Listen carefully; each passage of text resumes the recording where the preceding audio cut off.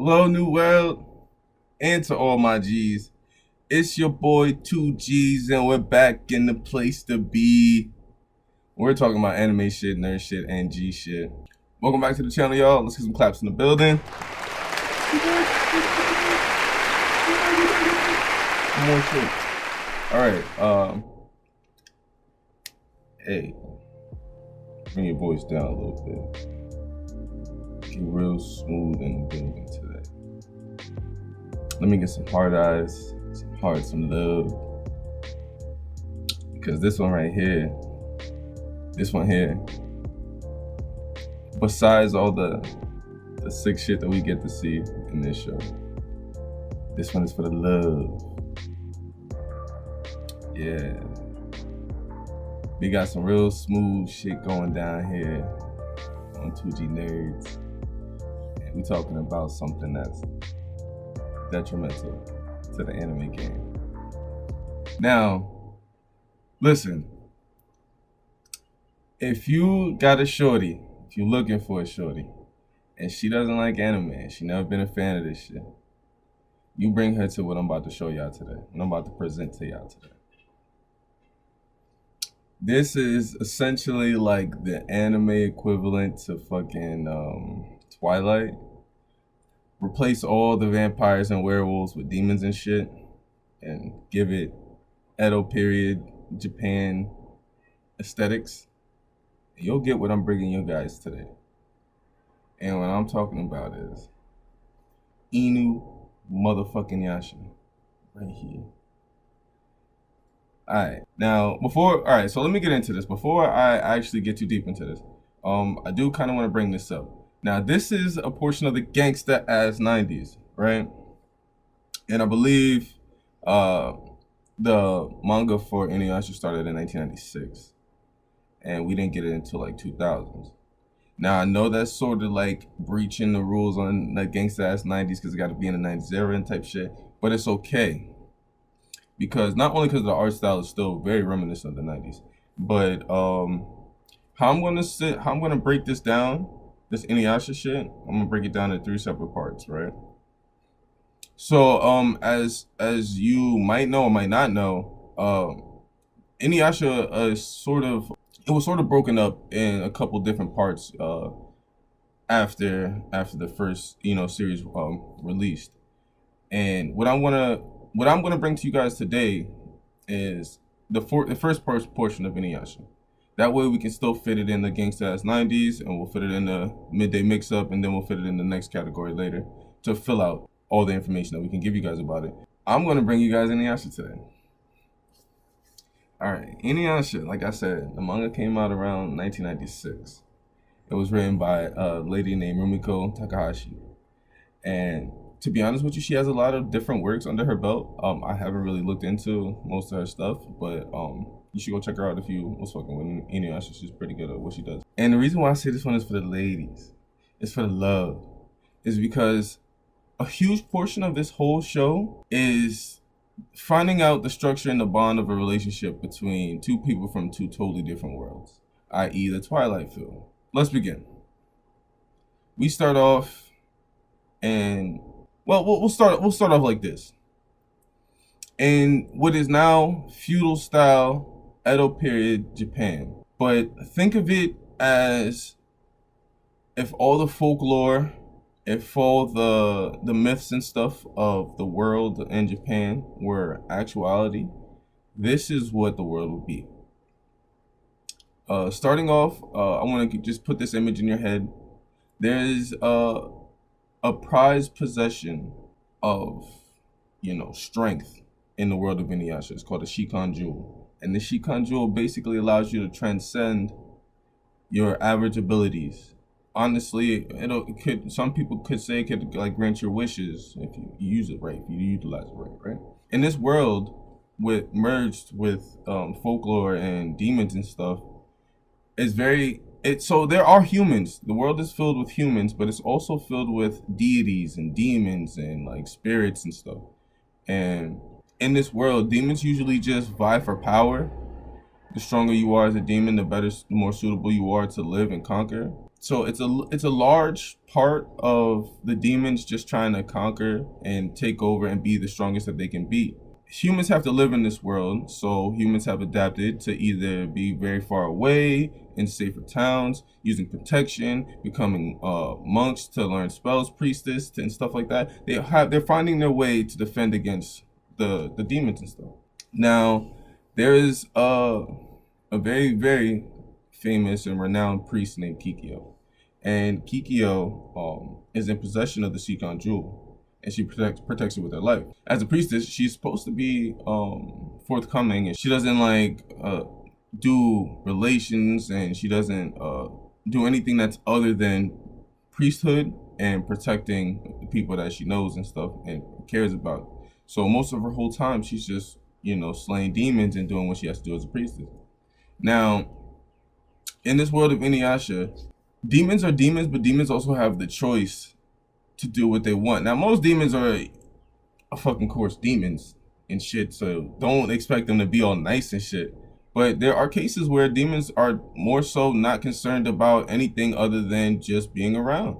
There are demons who can learn. They are intelligent, and they learn that if they're in the bottom of the totem pole anyway, it makes no sense to try to fight for power, for go to aggression and shit like that when there are already stronger demons, and you might get killed being a demon too. Because you gotta imagine a demon like Jaken, just for example, is gonna be scared of a demon like Naraku, and with the power scale of them two being so different, he's not gonna fuck with this guy. So if a human could protect him, he's gonna just be like, all right, human, protect me. Let's be cool and let's do what we gotta do. So these demons do have emotions and stuff. Most demons' emotions are just controlled by rage and like aggression and shit like that. That's really what it is.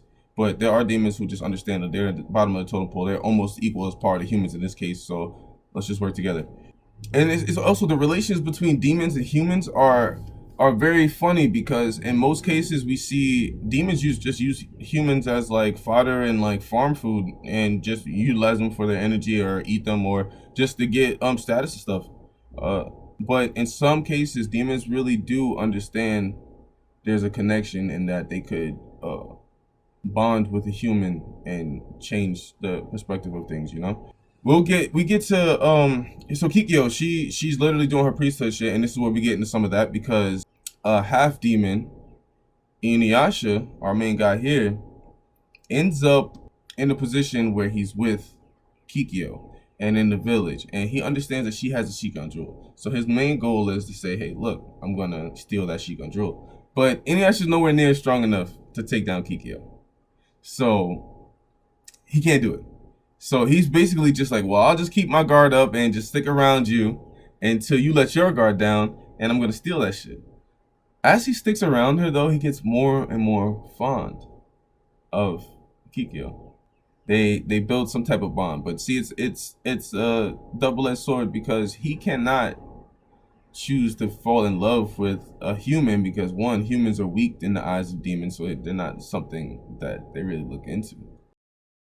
They're not really something that a demon would be interested in, other than harvesting to be stronger, or for doing their own bidding, right? So a bunch of events go down. Every other demon is looking for the Shikon Jewel so they can be super strong and get turned up on their own max power and all that. Eventually, it came to a point where Kikyo realized, hey, look, like, we've been doing this thing for some time now, and she starts to develop a little bit of feelings for Inuyasha as well. And they're looking at each other like, hey, look, this is forbidden love here. We cannot. I'm a priestess, you're a demon. I cannot be in love with you at all, and we're just gonna have to keep it like that. But Inuyasha is driven by his. I want to put quotes on this. His thirst for the Shikon Jewel, but essentially, the reason why I did that is because I always seen it as he wanted the Shikon Jewel, but he wanted her more, and the Shikon Jewel was just his ploy to say, oh yeah, that's what I'm here for. But he really liked her. He just couldn't say it. Through unforeseen events, shit happens during that time. Is a catastrophe and all shit happens and stuff, without giving away too much of the story. But Kikyo had to do a desperate act. She had to pin Inuyasha to a tree. She used sacred arrows. She was a priestess. She used arrows and stuff. That was her signature shit. She could shoot like sacred arrows and stuff. And they would do a lot of damage to demons. They would actually like obliterate tons of demons. She was super strong. And she didn't want to lose Inuyasha. She couldn't bring it to herself to kill Inuyasha or to lose him or to harm him in any way. So what she did was she knocked him out and pinned him to a tree with the arrows where he slept for a long period of time. We cut to where we introduce ourselves to the series of Inuyasha, and we meet up with a girl named Kagome in real time, real world, in the real world. And the real world would just acclimate to whatever world you're living in this time period now. So if you're watching it in the 2000s, which is the 2000s. 2010 is 2010 minus the extra technology and shit, right? So it's a regular girl named Kagome. She lives with her family. She goes to school, good grades and all that. She's just a regular girl. Now, in the back of her family's house, they have a shrine called the Bone Dwellers. The Bone Eaters. The Bone Eaters. Fucking A. Now I'm losing my mind. I can't remember what this shit is. But it's like a well. The Bone Eaters well. That's what I'm going to call it. It's a regular well. Nothing ever happens there. Her grandfather is a little older. And her grandfather is very old as a grandfather. But he knows about the structure of the house and the foundation and stuff. And the connection that the house has to the other world and stuff. And through anime plot, she's chasing her cat somewhere. And she falls down into the well. But this well has like a time-space type of thing to it. So not only does she fall in the well, but she falls in the well and out the well to the same time period that Inuyasha was in. She sees Inuyasha pinned up to the tree, and she's just like, oh my god, there's a guy pinned up to the tree. I need to help him. When he gets unpinned from the tree, he looks at her, and by golly, she looks very reminiscent of his love, Kikyo. He's seeing it, and he's like, what's going on here? Why is there a Kikyo right here? What's going on? Now, and Kagome's like, where am I? What the hell is going on? By Inuyasha's infatuation and questioning about who the hell this chick is. And the same could be said about Kagome, her infatuation of the spot that she's in, and who the hell is this demon guy that I'm looking at, or this guy right here with these ears, these dog ears. They begin to try and to figure out what the hell's going on. Eventually, at some point, there's a reoccurrence of that very same Shikon jewel that Kikyo started to protect for her whole life. Inuyasha doesn't have the answers to the questions that he wants. He doesn't know where Kikyo is. He doesn't know how long he's been there. He doesn't know nothing. With the help of, I believe, Kikyo's sister Kaede, they get some answers to their questions. And as they notice, outside of the village that Kaede's in, there's a crow flying along. And in this crow's mouth is the Shikon jewel.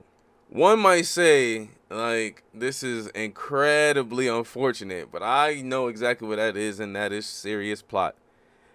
Kagome tries to shoot an arrow just like Kikyo would have shot an arrow to clap the bird to drop the jewel so they could pick it up. Inuyasha's like, holy shit, it's the jewel. Yeah, I need that. I've been looking for that shit. I need that. Maybe it can get some ties to where Kikyo is. And plus he's saying to himself, that's Kikyo's. She needs to have that. Nobody else should have that besides Kikyo. He's like, go get that shit. So she shoots the arrow, trying to get the crow. Plot armor kicks in like a mug, and she accidentally shoots the Shikon jewel, and it splits into mad different parts. Everywhere. And as I said, all these demons are looking after this, and even a simple shard, as it's a whole, it's super massive.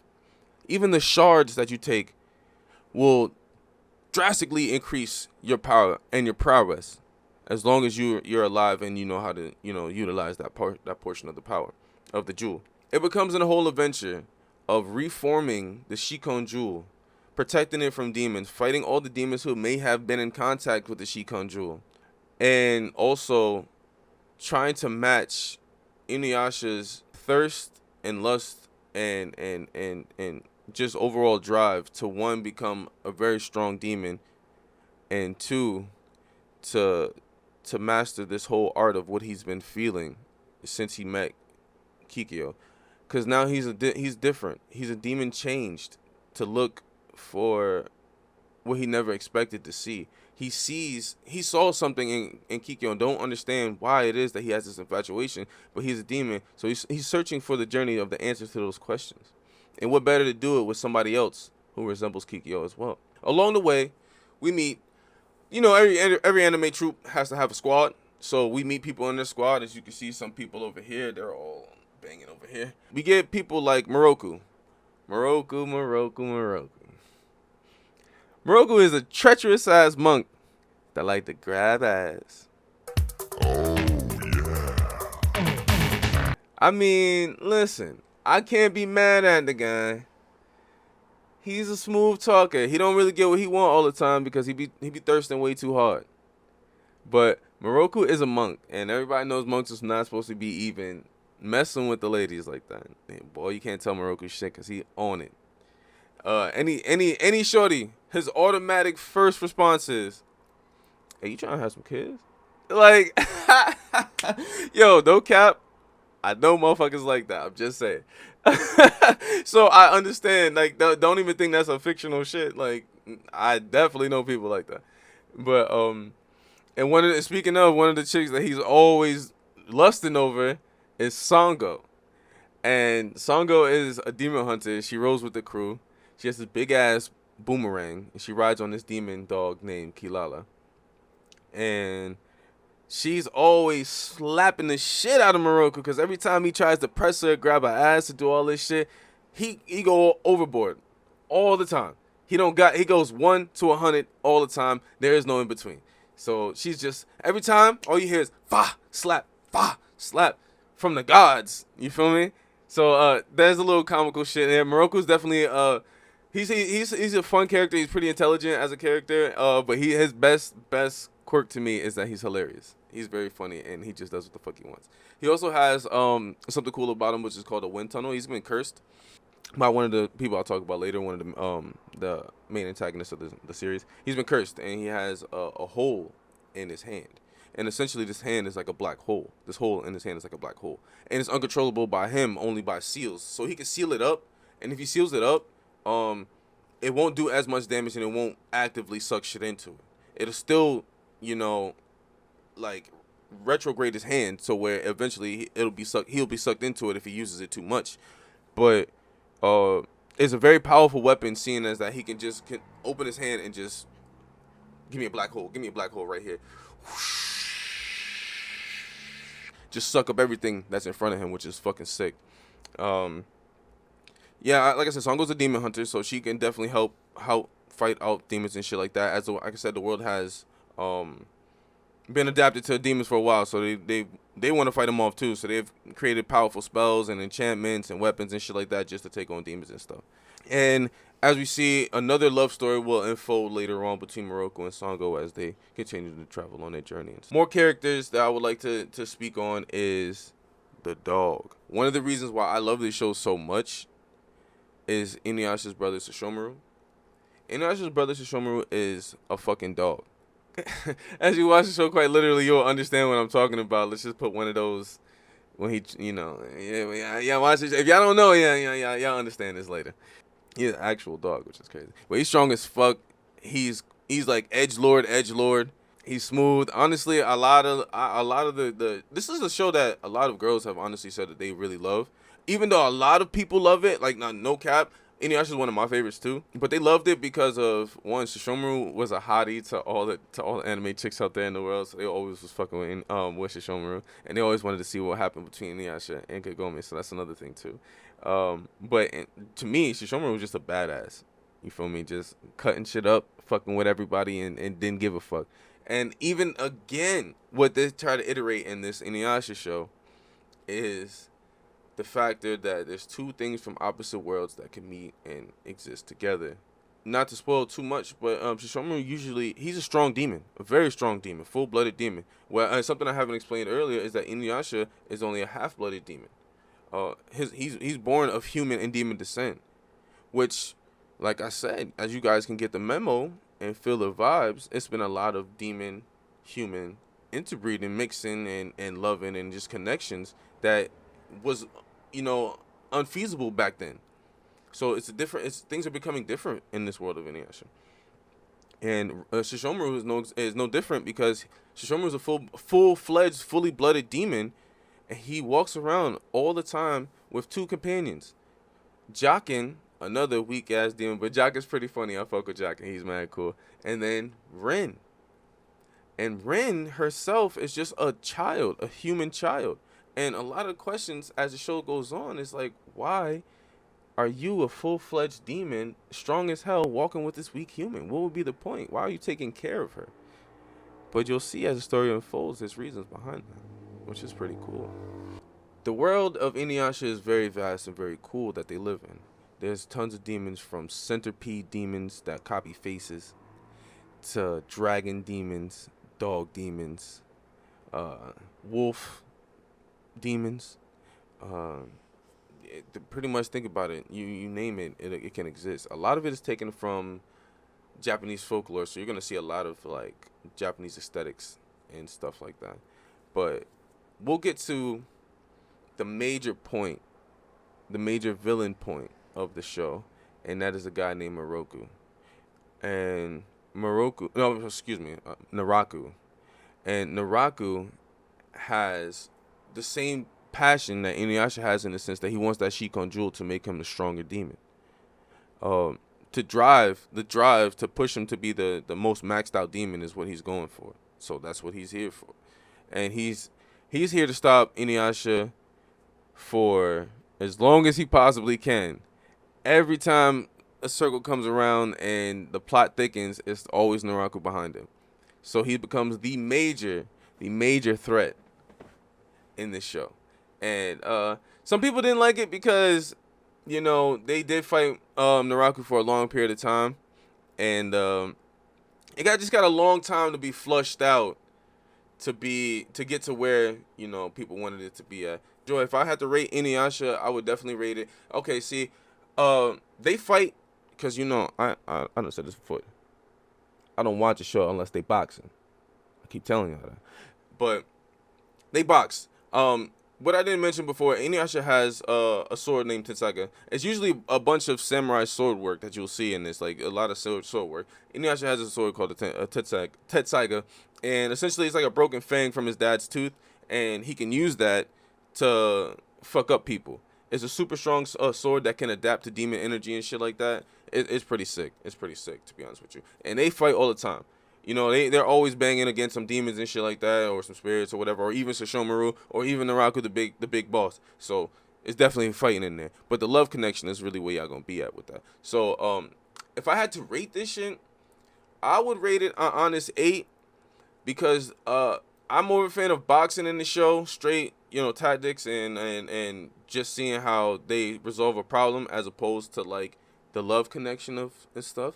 It's a great thing to have. It's one of the only shows that I have watched where it's more dedicated about like making connection between people, as opposed to just straight like typical anime plot throw up.